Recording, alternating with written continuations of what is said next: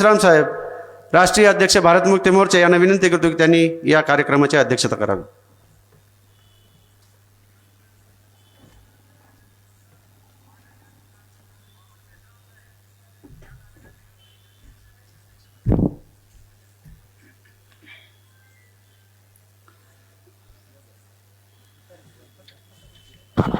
साथियों,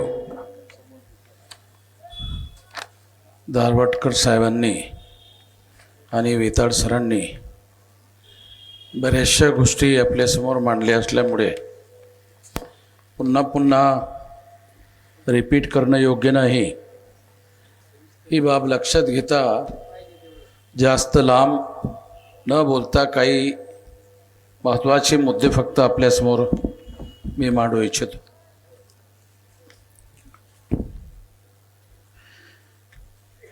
आपण नेहमी करता महाराष्ट्राच्या इतिहासाच्या संदर्भामध्ये मराठ्यांचा इतिहास असा शब्दप्रयोग केला जातो, परंतु प्रश्न एक शिल्लक राहतो, मराठा हा शब्द प्राचीन शब्द आहे काय? हा एक प्रश्न आहे. तर याचं ढोबळ मानाने जे उत्तर मिळतं तो प्राचीन नाही आहे. मग मराठा या शब्दाचा अर्थ जर प्राचीन मराठा शब्द नसेल तर मराठ्यांना प्राचीन काळामध्ये काय म्हटलं जायचं? तर ह्या बाबतीमध्ये जर आपण थोडं बारकाव्यानं अध्ययन केलं तर महाराष्ट्राची स्थापना नागांनी केली असं राजवाडे म्हणत असत. महाराष्ट्र आपण ज्याला आज म्हणतो त्या महाराष्ट्राची स्थापना नागांनी केली. नाग म्हणजे सापांनी नाही. आपल्या लोकांना जर उघडपणे स्पष्टपणे सांगितलं नाही कळत नाही. म्हणून मी मागून दारवटकर बोलत असताना किंवा वेताळ बोलत असताना जेव्हा ते ढोबळ शब्द वापरत होते तेव्हा मी त्यांना सांगत होतो, अरे तुम्ही असे शब्द वापरा, हे शब्द वापरा, म्हणजे आपल्या लोकांना कळेल, कळलं पाहिजे. अखेर प्रबोधन करणे म्हणजे काय? प्रबोधन करणे म्हणजे वक्त्यांना कळलं पाहिजे, नाही ऐकणाऱ्यांना कळलं पाहिजे. जे बोलणारे आहेत त्यांना किती माहिती आहे, त्यांना किती ज्ञान आहे हा महत्त्वाचा भाग नसून ऐकणाऱ्यांना काय कळत नाही ते कळावं म्हणून वक्त्यांनी बोलायला पाहिजे. लोकांना जे समजत नाही, लोकांच्या मध्ये जे भ्रम ब्राह्मणांनी निर्माण केलेत ते भ्रम आपल्याला दूर करता यायला पाहिजेत. राजवाडे ब्राह्मण होते. राजवाडे काय म्हणायचे? ही महाराष्ट्राची स्थापना नागांनी केली. मग महाराष्ट्राची स्थापना जर नागांनी केली आणि मराठा हा शब्द जर अर्वाचीन असेल तर याचा अर्थ असा होतो की मराठे हे मूळ नाग लोक आहेत, असा त्याचा अर्थ होतो. मग मराठे हे जर नाग आहेत तर सम्राट अशोक कोण होते? तर सम्राट अशोक हे नागच होते. मग असे जोडता आलं पाहिजे ना, असं जोडता आलं पाहिजे. मग सम्राट अशोक जर नाग होते तर सम्राट अशोकाची महाराष्ट्राबरोबर अशी जोडणी करता येते.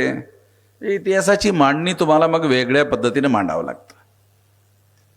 ब्राह्मणांनी जो इतिहास मांडला तो असा या पद्धतीनं उघडा पाडता येतो आणि पुराव्यासहित प्राचीन भारताशी त्याला जोडता येतं. तेव्हा हे आपल्याला निश्चितपणे समजावून सांगितलं पाहिजे, लोकांना समजावून सांगितलं पाहिजे. आज जो अभ्यासक्रम शिकवला जातो तो ब्राह्मणी आहे. राज्यकर्ते ब्राह्मण आहेत. आपण देशामध्ये स्वातंत्र्याची चळवळ झाली आणि जे राज्य आलं ते राज्य नेहरूंचं. पण नेहरूंचं राज्य म्हणजे कोणाचं राज्य? तर ते जाणीवपूर्वक त्यांनी प्रचार केला, आमचं राज्य हे सेक्युलर आहे. नेहरू असा प्रचार का करत होते आमचं राज्य सेक्युलर आहे? कारण लोकांनी नेहरूच्या राज्याला ब्राह्मणी राज्य म्हणू नये. नेहरूंनीच तर आज जे प्रशासनामध्ये 90% ब्राह्मण IAS IPS IRS अधिकारी आहेत, हे तर सर्व नेहरूंमुळे झालंय. आणि ही जी पकड प्रशासनामध्ये, मंत्री किती वर्ष राज्य करतात? 5 वर्ष. IAS किती वर्ष राज्य करतो? कमीत कमी 30 वर्ष. तो IAS असतो, तो एकदा झाला हे 25 वर्षामध्ये त्याला IAS होता येतं. 25 ते 60 म्हणजे 35 वर्ष त्याला राज्य करता येतं. आणि 35 वर्ष म्हणजे मंत्री लोक काय करतात? हे सर्व ऑल इंडियाची, हे जे जिल्हाधिकारी असतात, हे ऑल इंडियाची युनियन सर्व्हिस पब्लिक कमिशनची परीक्षा पास केलेली लोक आहेत. मंत्री परीक्षा पास केलेली असतात का? मंत्री परीक्षा पास केले नसतात. ते निवडणुकीमध्ये विजयी झालेले असतात. आणि निवडणुकीमध्ये विजयी झालेले जे लोक आहेत ते 5 वर्षासाठी राहतात. पण एकदा IAS झालेला ब्राह्मण जो आहे तो 25व्या वर्षी जर IAS झाला तर तो 60 वर्षापर्यंत 35 वर्षापर्यंत राज्य करतो. आणि मंत्री जो 5 वर्षासाठी राज्य करतो तो सुद्धा डायरेक्ट राज्य करत नाही. सर्व आदेश IAS अधिकाऱ्यांच्या सह्याने काढले जातात. मंत्री फक्त फाईलवर चेहरा मारतो. जे ऑर्डर काढले जातात ते सर्व IAS अधिकारी असतात. या बाबतीमध्ये आता काही वर्षामध्ये, म्हणजे आता काय चाललंय, 25-26 चाललंय, म्हणजे येत्या 25 वर्षामध्ये 100 वर्ष होतील. या 100 वर्षामध्ये SC ST OBC या लोकांची संख्या 74.5% आहे. त्यांचे IAS अधिकारी किती आहेत? आम्ही बहुजन समाजाचे जे MLA MP निवडून देतो ते या संबंधामध्ये आकडे सुद्धा गोळा करत नाहीत. त्यांना काय घेणं नसतं, त्यांना काही समजतच नाही.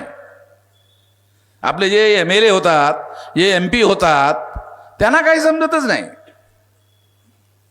ते IAS अधिकारी त्या मंत्र्यांना आणि त्या आमदारांना सांगतात तसं करत राहतात. कारण ते सर्व कायद्याची भाषा आहे. भारतामध्ये जो कायद्याचा ड्राफ्ट आहे तो मराठीमध्ये असतो, इंग्रजीमध्ये असतो. हायकोर्टाचे आणि सुप्रीम कोर्टाचे जे निर्णय आहेत ते कशामध्ये असतात? इंग्रजीमध्ये असतात. म्हणजे हा जो आपला आमदार आणि खासदार आहे तो सर्वस्वी त्या IAS अधिकाऱ्यावर अवलंबून असतो. आणि तो त्या इंग्रजीचा अर्थ सांगेल त्याप्रमाणे तो काम करत राहतो. ही मोठी अडचण आहे आपल्या बहुजन समाजाच्या राज्यकर्त्यांची. वसंतदादा पाटील मुख्यमंत्री होते, त्यांचा सर्वार्थानं मान सन्मान करून किती शिकले होते? म्हणजे मॅट्रिक नव्हते, इंग्रजी वगैरे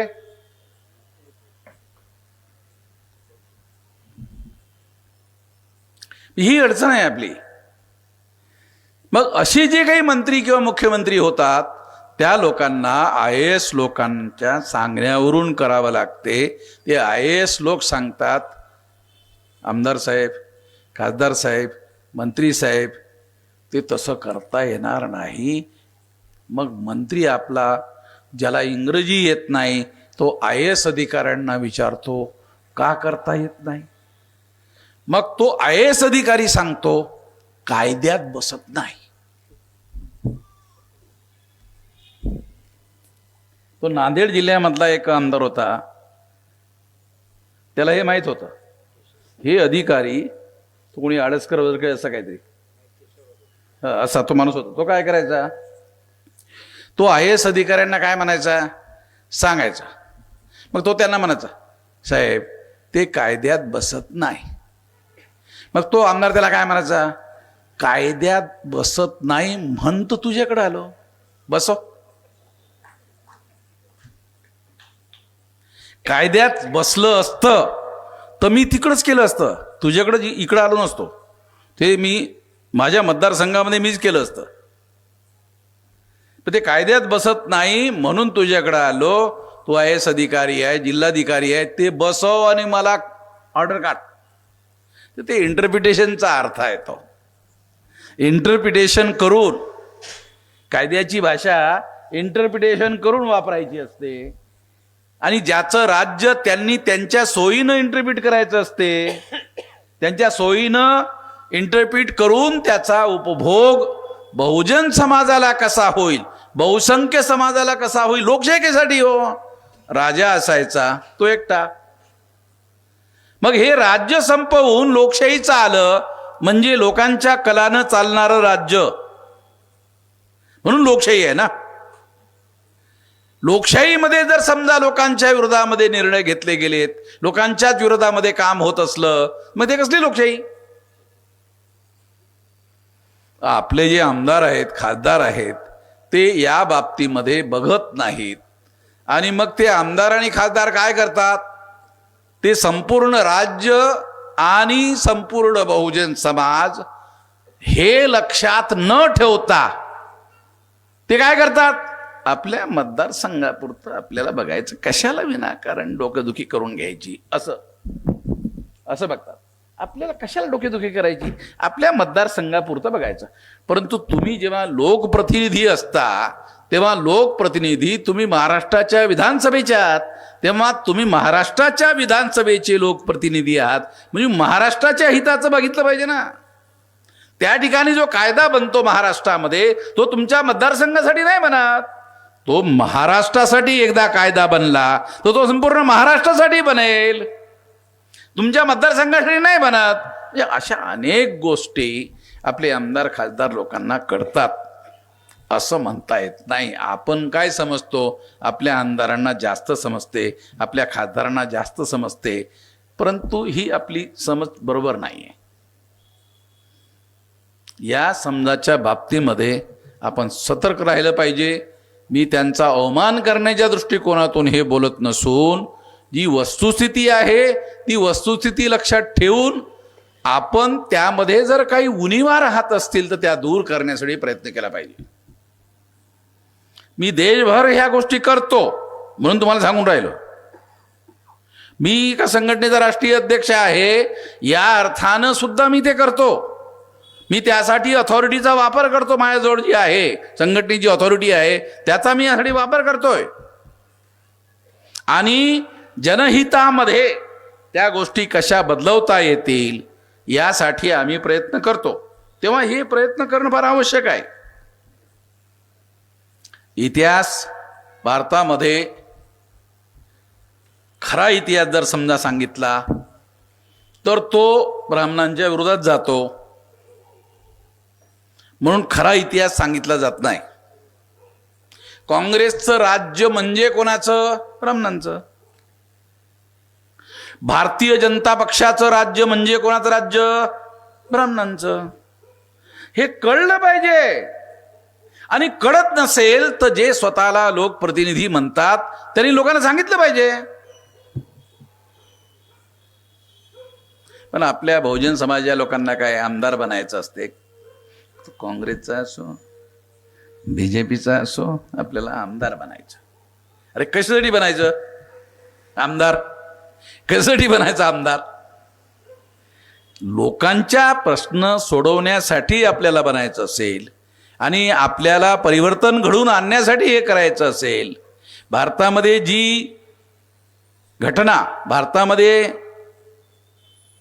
घटना लागू करण्यात आली 26 जानेवारी 1950ला, जे संविधान लागू करण्यात आलेलं आहे ते परिवर्तनाचा दस्तावेज आहे.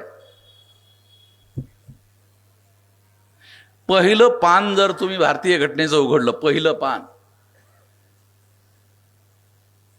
त्या पहिल्या पानामध्ये प्रिॲम्बल आहे. प्रिॲम्बल इंग्रजी शब्द आहे, त्याचा अर्थ आहे प्रस्तावना. भारतीय घटनेची प्रस्तावना. त्या प्रस्तावनामध्ये काय लिहिले आहे? समता, स्वतंत्रता, बंधुता आणि न्यायावर आधारित समाज आणि राष्ट्र निर्माण करण्यासाठी ही घटना लिहून पास करण्यात आलेली आहे. मग समता, स्वतंत्रता, बंधुता आणि न्यायावर आधारित समाज आणि राष्ट्र निर्माण करण्यासाठी जर ही घटना निर्माण करण्यात आलेली असेल तर प्रत्येक गोष्टीची शहानिशा ही या चौकटीमध्ये झाली पाहिजे. प्रत्येक गोष्टीची चौकशी या चौकटीमध्ये झाली पाहिजे. आणि ते होते किंवा नाही होत हे बारकावानं लोकप्रतिनिधींनी बघितलं पाहिजे. ज्या उद्दिष्टासाठी घटना लिहिण्यात आली ते उद्दिष्ट पूर्ण करण्यासाठी कायदे बनवले जात आहेत का? जर ते होत नसतील तर त्या उद्दिष्ट पूर्तीसाठी ते कायदे बनवायला पाहिजेत. आणि तशा पद्धतीची शब्दरचना कायद्याची असली पाहिजे. त्याची शब्दरचना जर त्या अर्थाने योग्य नसेल तर बरेचदा सुप्रीम कोर्टामध्ये तो कायदा रद्द केला जातो. ह्या सर्व बाबी आपण बारकाव्यानं बघितल्या पाहिजेत. आणि लोकप्रतिनिधी म्हणून, म्हणजे जो निवडून जातो तोच लोकप्रतिनिधी नाही, तर ग्रामपंचायतमध्ये, जिल्हा पंचायतमध्ये, तालुका पंचायतमध्ये जी लोक आहेत, विधानसभेमध्ये आणि लोकसभेमध्ये जे आहेत ते लोक सुद्धा जनतेचे प्रतिनिधी आहेत. आणि जे कोणी जागृत व्यक्ती आहेत ते सुद्धा इलेक्टेड जरी नसलेत तरी ते प्रतिनिधी आहेत. पत्रकार दर दिवशी लिहितात तर ते जागृत प्रतिनिधी आहेत म्हणून सुद्धा लिहितात. तेव्हा लोकशाहीमध्ये प्रत्येक नागरिकांची जबाबदारी आहे. राजेशाहीमध्ये राजाची जबाबदारी आहे. राजेशाहीमध्ये काय होतंय? राजेशाहीमध्ये प्रजा, राजा, एक राजा आणि बाकी सर्व प्रजा. लोकशाहीमध्ये प्रजा ही प्रजा नसते. प्रजा ही केवळ प्रजा नसते, तर जे आमदार खासदार संसदेमध्ये विधानसभेत निवडून जातात त्यांना निवडून आणणारे लोक असतात. फार मोठा फरक आहे. राजेशाहीमध्ये जी प्रजा असते आणि लोकशाहीमध्ये जी प्रजा असते ती केवळ प्रजा राहत नसून मतदार असतो. तो मतदार आमदारांना निवडतो, खासदारांना निवडतो. याचा अर्थ अप्रत्यक्ष तो प्रतिनिधी आहे. प्रत्यक्ष आमदार आणि खासदार प्रतिनिधी असला तरी निवडून आणणारा व्यक्ती हा अप्रत्यक्ष प्रतिनिधी आहे. ही बाब लक्षात ठेवून आपण आपली जबाबदारी ठरवली पाहिजे, आपण काम केलं पाहिजे. आणि मग ते जर काही चुकीचं करत असतील आपण निवडून आणणारे लोक, त्यांच्या चुका काढण्याची सुद्धा जबाबदारी आपल्याजवळ आहे. आपल्याजवळ अथॉरिटी आहे, आपण त्यांना निवडून दिलेला आहे. तर लोकशाहीमध्ये आपल्याला सुधारणा घडवून आणता येईल. तर मी मराठीमध्ये बोलून राहिलो तर लोकांनी मला निरोप पाठवला की हिंदीमध्ये बोला. जेव्हा मी हिंदीमध्ये बोलणं सुरू करतो मग माझ्याकडं मेसेज येतो मराठीमधून बोला. असं माझी मोठी बरेचदा अडचण होते. पण आतापर्यंत मी मराठी बोललो. आता कन्क्लुडिंगमध्ये काही गोष्टी मी हिंदीमध्ये बोलण्याचा प्रयत्न करणार आहे. तो मैं ऐसा सोचता हूँ कि ये तहसील है तो तहसील के लोगों को ज़्यादा हिंदी समझ में नहीं आती है, कारण गांव और देहात के लोग आते रहते हैं. तो मैं प्रयास करते रहता हूँ कि हमारे लोगों को मराठी में बोलकर समझाया जाए. मूल बात जो कहा जाए, जो बोला जाए, वो लोगों को समझ में आना चाहिए. मैं हिंदी भी इसी तरह से सरल बोलने की कोशिश करता हूँ ताकि लोगों को समझ में आ जाए. तो आखिरी में अपनी बात में समझाना चाहता हूँ, आखिरी में अपनी बात समाप्त करना चाहता हूँ कि बहुजन महापुरुषांच्या जीवन संघर्षातून कोणता संदेश घेतला पाहिजे, बहुजन महापुरुषों के जीवन संघर्ष से क्या प्रेरणा लेनी चाहिए. तो मैं ऐसा मानता हूं कि उन्होंने हमारे लोगों के हक और अधिकार की लड़ाई लड़ी. जो राजाशाही में प्रजा को अधिकार नहीं थे वो अधिकार लोगों को दिलाने का संघर्ष किया और संविधान में शब्दबद्ध किया कि लोगों को अधिकार होंगे. संविधान में आप लोगों के अधिकार लिखे हुए हैं, इसका अर्थ ये नहीं है कि वो मिल गए. संविधान में लिखा हुआ है, इसका अर्थ ये नहीं है कि लोगों को मिल गए. लोगों को मिलने के लिए जो संविधान में लिखा हुआ है उसके लिए संघर्ष करना जरूरी है. और संघर्ष करने के लिए व्यक्तिगत संघर्ष करना और संगठित संघर्ष करना दो अलग अलग बातें हैं. लोकतंत्र में संगठित संघर्ष किए बगैर किसी को कुछ भी मिलता नहीं है.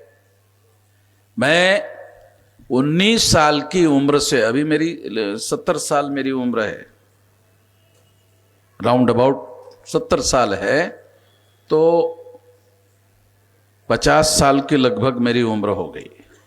तो 50 साल 19 साल में मैंने ये काम शुरू किया, तो लगभग 50 साल हो गए मैं ये काम कर रहा हूँ. तो काम करते वक्त मुझे ये समझ में आया कि हमारे लोगों को जो भारत के संविधान ने अधिकार दिए हैं वो अधिकार तो है मगर वो मिल नहीं रहे. तो उनको वो अधिकार मिले, इसके लिए हम लोगों को उनको अधिकार दिलवाने के लिए कोशिश करनी चाहिए. ऐसा जब विचार मेरे मन में आया तब मुझे समझ में आया कि व्यक्तिगत रूप से ये करना संभव नहीं है, संगठित रूप से करना होगा. तो मैंने बहुत लंबा समय लगाकर संगठन बनाया. अभी 769 जिले हैं देश में. देश में 36 स्टेट है, 36 स्टेट है. 36 स्टेट में 769 जिले हैं. उसमें से 625 जिलों में 32 राज्यों के इतने जिलों में हमने संगठन बनाया.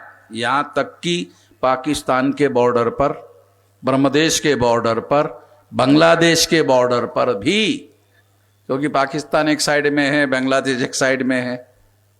बांग्लादेश इसलिए बना क्योंकि वो पहले पाकिस्तान का ही हिस्सा था.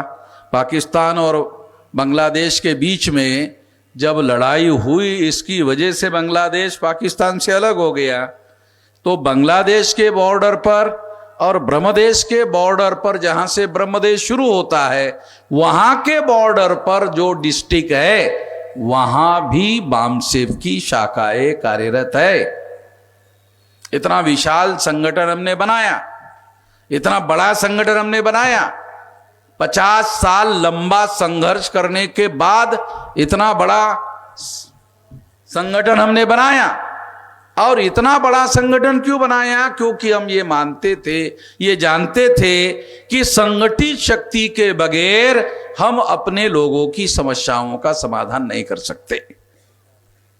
तो मैं आप लोगों को ये अनुरोध करता हूं कि आपके तहसील में आपको संगठन खड़ा करना चाहिए। और संगठन खड़ा करने के लिए क्या करना चाहिए? आपको बूथ लेवल तक का संगठन खड़ा करना चाहिए। संगठन खड़ा करने के लिए दो काम बहुत महत्वपूर्ण है। एक भौगोलिक नेटवर्किंग, भौगोलिक नेटवर्किंग में बूथ लेवल का संगठन खड़ा करना चाहिए। क्योंकि जब चुनाव होता है तो भारत का चुनाव आयोग बूथ लेवल का संगठन खड़ा करता है। टेम्पररी चुनाव कंडक्ट करवाने के लिए जिलाधिकारी के द्वारा वो टेम्पररी बूथ लेवल का संगठन खड़ा करता है। और चुनाव संपन्न होने के बाद वो खत्म हो जाता है, मगर उसका डाटा जिलाधिकारी कार्यालय में मिल जाता है। हर चुनाव के बाद बूथ का स्ट्रक्चर बदल जाता है, क्योंकि संख्या बदलती है। एक बूथ में 1200 वोटर होते हैं और अगले 5 साल के बाद बहुत सारे नए वोटर आ जाते हैं, तो बूथ का स्ट्रक्चर बदल जाता है, भौगोलिक स्ट्रक्चर बदल जाता है। उसके बाद जो 1200 वोटर होते हैं उसमें एससी होते हैं, एसटी होते हैं, ओबीसी होते हैं, माइनॉरिटी होते हैं, ब्राह्मण होते हैं, क्षत्रिय होते हैं, वैश्य होते हैं, इतने सारे होते हैं। तो इतने सारे वोटर होते हैं, वो सारे टोटल मिलकर 1200 होते हैं। तो उसमें बूथ लेवल का संगठन तक आपको बनाना चाहिए और उसमें एससी, एसटी, ओबीसी, माइनॉरिटी, ये संगठन आपको खड़ा करना चाहिए। एससी में SC, most backward SC, extreme backward SC, schedule caste में 3 प्रकार के संगठन खड़ा करना चाहिए, ताकि सभी लोगों का संगठन खड़ा हो जाए। अगर आपने केवल एससी का संगठन खड़ा किया तो केवल जागरूक जाति के लोग आएंगे, सभी जाति के लोग आपके संगठन में नहीं आएंगे। जो जागृत होंगे वही आएंगे, जो जागृत नहीं होंगे वो पीछे रहेंगे। वो पहले भी पीछे थे और बाद में भी पीछे ही रहेंगे। और जो पीछे रहेंगे, ब्राह्मण उनके घर में जाता है और उनको क्या कहता है? देखा, रिजर्वेशन का सारा फायदा इन्हीं लोगों ने लिया है। अब उसको मालूम तो है नहीं, कुछ जानकारी है नहीं, कुछ जागृति नहीं है। तो इस तरह के लोग ब्राह्मण का शिकार होते हैं। नहीं होते तो 3.5% ब्राह्मण महाराष्ट्र में है कि नहीं, मुझे डाउट है। मेरा तो मानना है 1.5% है। महाराष्ट्र में ब्राह्मण 1.5% है, तो 1.5% का आदमी मुख्यमंत्री कैसे है? तो लोग चाहिए। आपको कोई पिछवाड़े पे लात मारा क्या वोट देने के लिए उसको? है? ये जो बहुजन समाज, ये जो भारतीय जनता पार्टी है, ये ब्राह्मणों की पार्टी है। इन्होंने आपके पिछवाड़े पे लात थोड़ी मारा कि हमको वोट तो आपका है, आप स्वेच्छा से उनको दिया। वो ऐसा माहौल तैयार करते हैं, कांग्रेस बुरी है, बुरी है, बुरी है, तो फिर अखबार वाले प्रोपेगेंडा करते हैं बीजेपी अच्छी है। तो हम लोग अखबार वालों की बात मान लेते हैं और कांग्रेस को छोड़ के बीजेपी को पकड़ते हैं। मैं कांग्रेस का प्रचार करने के लिए नहीं बोल रहा हूं। कांग्रेस बहुत खराब पार्टी है।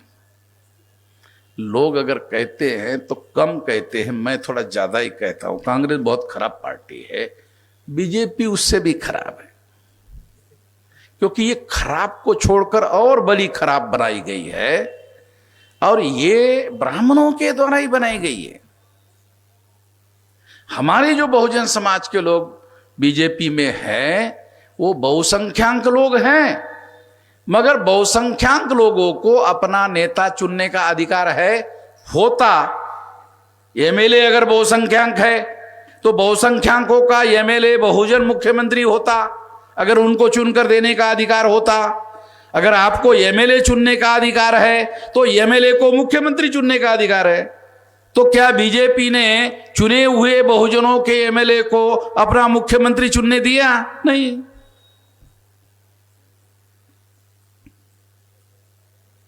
अगर चुनने दिया होता तो ये मुख्यमंत्री होता क्या? ये सोचने के लिए मैं आपको बता रहा हूं इस पर सोचो तो आपको पता चलेगा। ये तो नहीं, ये तो सब थोपा जा रहा है। अगर ये थोपा जा रहा है तो हम लोगों को इनके चरित्र को जानना होगा, इनके चरित्र को ठीक से समझना होगा। और ये पार्टियां हमारे समाज का प्रतिनिधित्व करने वाली पार्टियां नहीं है। तो हमारे पास बुद्धि है, पैसा है, हुनर है, समय है, श्रम करने वाले लोग हैं, तो हम सारे देश भर में सारे श्रम करने वाले लोग हैं। श्रम करने वाले का मतलब क्या जानते हो? श्रम करने वाले का मतलब क्या जानते हो? उत्पादक शक्तियां हम है। अरे जो श्रम करने वाले लोग हैं वो उत्पादक शक्तियां हैं, और जो उत्पादक शक्तियां हैं वो इस देश में संपत्ति का उत्पादन कर रहे हैं।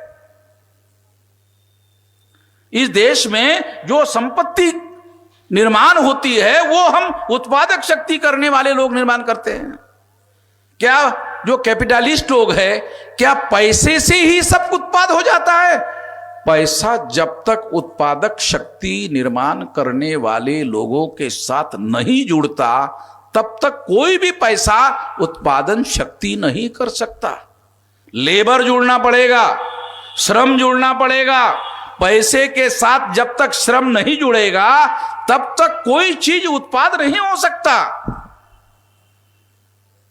तो हम लोग उत्पादक शक्तियां हैं, और इस देश में जितना भी उत्पादन होता है वो सब हम लोग कर रहे हैं। और उत्पादन करने वाले लोगों को माना जाता है ये संपत्ति पैदा करने वाले लोग हैं। आज 42 लाख करोड़ का भारत सरकार का बजट है। कितने लोगों को ये आंकड़ा जो मैं कह रहा हूं समझ में आता है? कुछ लोगों को लगेगा अरे हम पढ़े लिखे लोग हैं, हमको क्यों नहीं समझ में आएगा? अरे मेरे को समझ में नहीं आता, आपको कैसे आएगा? 42 लाख करोड़ कितना है? थोड़ा सा तो दिमाग पर प्रेशर डालो। 42 लाख करोड़ एक साल का भारत सरकार का बजट है। इतना रुपया भारत सरकार के पास आता है और साल भर में खर्चा होता है। आता हमारे गरीब के पास आता? अरे आ गया होता तो गरीबी खत्म हो गई होती। वो जिनके पास पैसा है उसी के पास दोबारा चला जाता है। अरे फिर उसी के पास जाना है तो उसे टैक्स काहे के लिए लिया? वो जो पैसा लिया जाता है वो देश के विकास के लिए, और जो अविकसित है उसको विकसित करने के लिए खर्चा होना चाहिए। क्यों नहीं होता? क्योंकि राज्य जिनके नियंत्रण में है वो फैसला करते हैं, हम लोग लाइन लगाकर वोट डालते हैं, खबरदारी नहीं लेते हैं कि हमारे लोगों का राज्य हो और रिप्रेजेंटेटिव लोगों का राज्य हो। इसी के लिए तो संविधान लाया गया, इसी के लिए तो लोक प्रतिनिधि लाए गए, इसी के लिए तो लोकतंत्र लाया गया, ताकि लोगों की समस्याओं का समाधान लोक प्रतिनिधि के द्वारा किया जा सके। इस पर हमको ध्यान देना चाहिए। ध्यान देने के लिए संगठित शक्ति का निर्माण करना चाहिए। आपको अपने तहसील में संगठित शक्ति का निर्माण करने के लिए बूथ लेवल तक का संगठन खड़ा करना चाहिए। और बूथ में 1200 वोटर होते हैं, वो 1200 वोटर में जो SC ST OBC माइनॉरिटी के वोटर है उनको संगठित करने के लिए सोशल नेटवर्किंग का संगठन खड़ा करना चाहिए। 2 प्रकार का संगठन खड़ा करना चाहिए, भौगोलिक नेटवर्किंग और सोशल नेटवर्किंग। दोनों संगठन अगर खड़ा करते हो तो ये जो हमारे 85% लोग हैं उनको संगठित करने का काम सफल होगा। और अगर सफल होगा तो इस संगठित शक्ति के बल पर परिवर्तन होगा। परिवर्तन बल से होता है, परिवर्तन शक्ति से होता है।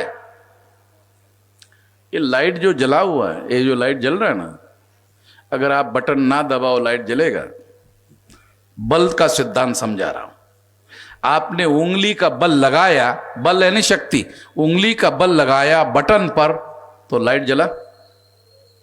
बल, दुनिया में जो भी परिवर्तन होता है वो बल से होता है, शक्ति से होता है। तो ये शक्ति एक जनशक्ति भी है। तो ये जनशक्ति संगठित करके इस जनशक्ति का उपयोग हमें जो चाहिए उसको लाने के लिए परिवर्तन करना होगा। ऐसे समझदार लोगों का संगठन खड़ा करना होगा, तो हम लोग अपने लोगों का भविष्य निर्माण कर सकते हैं। ऐसा करना होगा। मैं आशा करता हूं ऐसा करने के लिए आप बुद्धि का, पैसे का, हुनर का, समय का, श्रम का उपयोग करोगे। इस आशा और विश्वास के साथ आपने मेरी बात ध्यान से सुनी, इसके लिए आभार, धन्यवाद।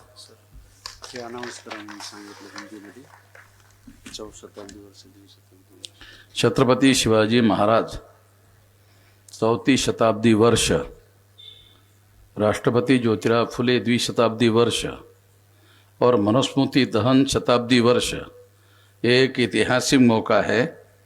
ये हिंदी में अनाउंस करना है तो कर दिया